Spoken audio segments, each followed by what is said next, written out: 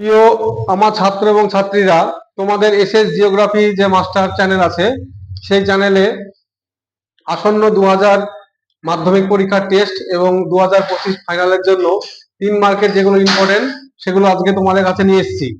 যদি তোমাদের এই ভিডিওটা ভালো লাগে তাহলে তোমরা লাইক করবে এবং সাবস্ক্রাইব করে দিবে। প্রথমে দেখো, এখানে আমি 15টা প্রশ্ন সিলেক্ট করেছি। সব নদীতে বদ্বীপ গড়ে ওঠে না কেন? তো এখানে কি লিখবে তোমরা? সব নদীতে বদ্বীপ গড়ে ওঠে না কেন? তার মানে হচ্ছে তোমাকে দেখাতে হবে যে নদী, প্রথম যে 4টে পয়েন্ট তোমরা দিবে যে নদীতে বদ্বীপ হতে গেলে নদীকে দৈর্ঘ্যে বড় হতে হবে, একটা কন্ডিশন। নদীতে পলির পরিমাণ বেশি হতে হবে। 3 কি, নদী যেখানে সমুদ্রে মোহনায় মিশছে সেখানে নদীর গভীরতা কম থাকতে হবে। এই 3টে কারণ থাকলে আমাদের সব নদীতে বদ্বীপ গড়ে ওঠে। এবার পরীক্ষা যদি ঘুরিয়ে আসে প্রশ্নটা, সব নদীতে বদ্বীপ ওঠে না কেন, তাহলে বলতে হবে যে নদী যদি দৈর্ঘ্যে ছোট হয় তাহলে বদ্বীপ গড়ে উঠবে না। নদীতে যদি পলির পরিমাণ কম থাকে তাহলে নদীতে বদ্বীপ গড়ে উঠবে না। নদী যেখানে মোহনায় মিশছে সেখানে গভীরতা যদি বেশি হয় তাহলে নদীতে বদ্বীপ গড়ে উঠবে না। তাই আমাদের ভারতে কি হচ্ছে, আমাদের যে ভারতের পশ্চিম বাহিনী নদীগুলো আছে, এই যে আমাদের পশ্চিম বাহিনী নদী, এই পশ্চিম বাহিনী নদীতে নর্মদা, তাপ্তি, এই সমস্ত নদীতে কিন্তু বদ্বীপ নেই, কিন্তু কৃষ্ণা, কাবেরী, গোদাবরী এইসব নদীতে বদ্বীপ রয়েছে। পরের পার্থক্য, গিরিখাত ও ক্যানিয়নের মধ্যে পার্থক্য কি? দেখো, গিরিখাত ক্যানিয়নের মধ্যে পার্থক্য যদি তোমরা লেখো তাহলে আমরা জানি যে গিরিখাত আর ক্যানিয়ন, গিরিখাত আর ক্যানিয়ন, তো গিরিখাত হয় ইংরেজি ভি আকৃতির মতো, ক্যানিয়ন হয় ইংরেজি আই আকৃতির মতো। তাহলে এই হচ্ছে আমাদের, তাহলে ইংরেজি আই আকৃতির মতো যখন যে উপত্যকা সৃষ্টি হয় সেটা হচ্ছে ক্যানিয়ন, ইংরেজি ভি আকৃতির মতো যে উপত্যকা সৃষ্টি হয় সেটা হচ্ছে গিরিখাত। গিরিখাত তৈরি হয় আমাদের আর্দ্র অঞ্চলে, ক্যানিয়ন তৈরি হয় আমাদের শুষ্ক অঞ্চলে। গিরিখাতে কি হচ্ছে, পার্শ্বক্ষয় নিম্নক্ষয় উভয় হচ্ছে, ক্যানিয়নে নিম্নক্ষয়টা বেশি হচ্ছে। তো গিরিখাতে উদাহরণ কি, আমাদের রিচান গিরিখাত, আর ক্যানিয়ন হচ্ছে কলোরাডো নদীর গ্র্যান্ড ক্যানিয়ন। এবার আসছে আমাদের রসে মোতানে ও ডামলিনের পার্থক্য কি? দেখো, রসে মোতানে আর ডামলিন কি, আমরা যদি এই ছবিটা দেখি তাহলে এখানে কি হবে যে, তাহলে এটা হচ্ছে আমাদের রসে মোতানে। হিমবাহের ক্ষয়কার্যের ফলে যে উঁচু ঢিবির মতো অংশের সৃষ্টি হয় তাকে বলা হচ্ছে রসে মোতানে। আর হিমবাহের সঞ্চয় কার্যের ফলে ডিম ভর্তি ঝুড়ি বা উল্টানো চামচের মতো যে ভূমিরূপ সৃষ্টি হয় তাকে বলা হচ্ছে আমাদের ডামলিন।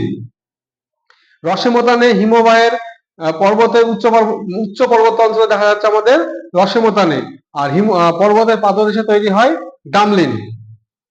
রসে মোতানে শক্ত শিলা দ্বারা গঠিত, আর ডামলিন নুড়ি, বালি, কাকর প্রভৃতি দ্বারা গঠিত। রসে মোতানের একদিক মসৃণ হয় আর একদিক এবড়ো খেবড়ো হয়, আর ডামলিনটা আমাদের অনেকটা উল্টানো নৌকা বা ঝুড়ির মতো দেখে। তোমরা পার্থক্য 3টে লেখার পরে ছবিটা দিয়ে দেবে, তাহলে তোমরা ফুল মার্কস পেয়ে যাবে। তারপরে আমাদের আসছে বারখান ও শিব বালিয়ার মধ্যে পার্থক্য।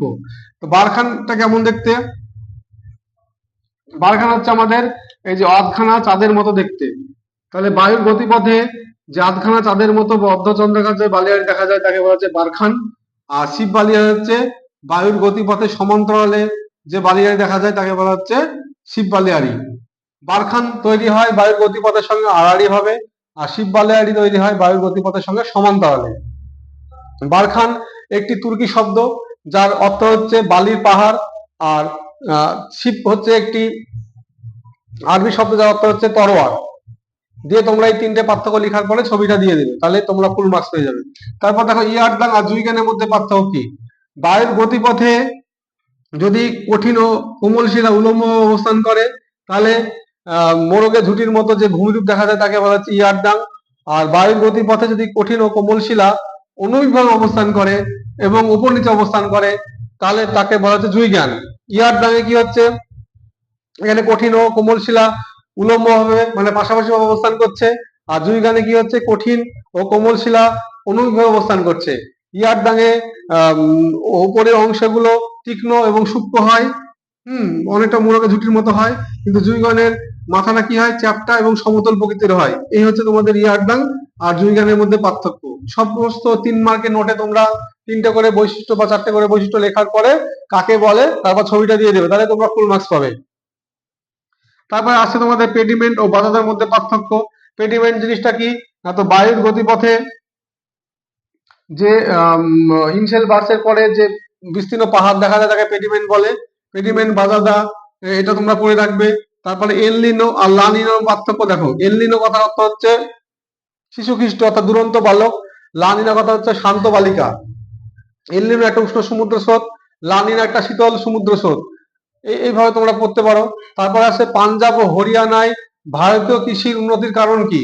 আমরা জানি যে আমাদের যে সবুজ বিপ্লব হয়েছিল 1960-এর দশকে, সেখানে পাঞ্জাব ও হরিয়ানায় উন্নত মানের বীজের ব্যবহার, উন্নত প্রযুক্তি, যেমন কৃষি প্রযুক্তি ব্যবহার, যেমন হারভেস্টার, ট্রাক্টর প্রভৃতি ব্যবহারের ফলে উন্নত সেচ ব্যবস্থা, উন্নত মানের রাসায়নিক সার ও কীটনাশক সারের প্রয়োগ প্রভৃতি কারণে পাঞ্জাব ও হরিয়ানায় যে গমের চাষ ব্যাপক হারে বেড়েছিল, তার পাশাপাশি ধান একে বলা হচ্ছে সবুজ বিপ্লব। ভারতের জনসংখ্যা বৃদ্ধির কারণগুলি লেখো। ভারতের জনসংখ্যা বৃদ্ধির কারণ হচ্ছে যে আমাদের বাল্য বিবাহ, এই পুত্র সন্তান চাওয়ার যে আকাঙ্ক্ষা থেকে যায়, অনেকের দেখা যায় 4-5টা মেয়ের পরেও ছেলে আসছে না, তখন কি হয়, তখন ওদের সন্তানের সংখ্যা বেড়ে যাচ্ছে। বর্তমানে উন্নত মানের চিকিৎসা ব্যবস্থা হওয়ার জন্য কি হচ্ছে, মৃত্যু হার কমে যাচ্ছে, জন্ম হার বেড়ে যাচ্ছে, বিভিন্ন কারণে তোমাদের জনসংখ্যা বৃদ্ধি হচ্ছে। তারপরে পরিবহন ও যোগাযোগের মধ্যে পার্থক্য। উপগ্রহ চিত্রের সুবিধা অসুবিধাগুলি লেখো।